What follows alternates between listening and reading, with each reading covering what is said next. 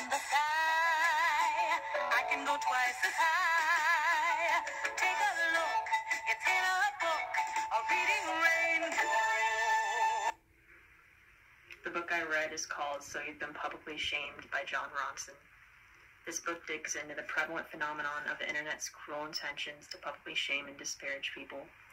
Throughout the book, Ronson tells different stories based off his own experience of people being shamed because of how their actions between plagiarism, sexism, and racism were portrayed to the internet world.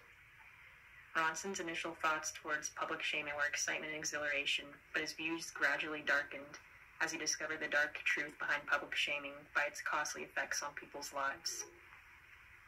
Ronson's ethical appeals made in his book through his use of descriptive memoir relating to his stories involving victims of public shaming, along with his informal conversational tone, offer an insightful, perceptive eye to the readers towards the power the internet has over their reputation, according to how they present themselves to the world. This is especially when Ronson conveys how everyone who is shamed lost their careers and family, leaving them with no dignity. The author's use of polysynonyms contribute to his conversational tone, and his use of hyperboles and metaphor modernize his language and make his style more relatable to the reader, which only makes reading more interesting. Many books which have a traditional storyline, So You've Been Publicly Shamed, is composed of a plethora of interesting and unique stories of victims of shame, which each entail a different experience, ensuring readers' excitement and enlivenment. Readers will never get bored and be tempted to put the book down because there is always a different story to look forward to that represents a different experience with no predictability. Not only is this book funny and entertaining, but it opens eyes about how much of a shaming society we've become because of the voices we all have access to over the internet.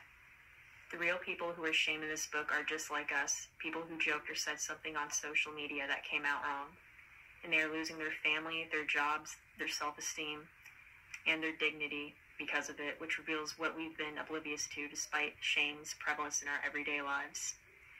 This book also gives the world an insight into how much shaming us has had a toll on our social control, which allows us to question whether we are really shamed or if it's something that we allow ourselves to feel. I can guarantee that this book will transform your intentions in the internet world and make better decisions in social realms to represent your identity. I cannot think of any type of book that would better benefit people in this day and age when we spend a great majority of our lives online, portraying ourselves in the internet. With the author's colloquial structure and entertaining memoir, this book is not only addicting but also highly insightful.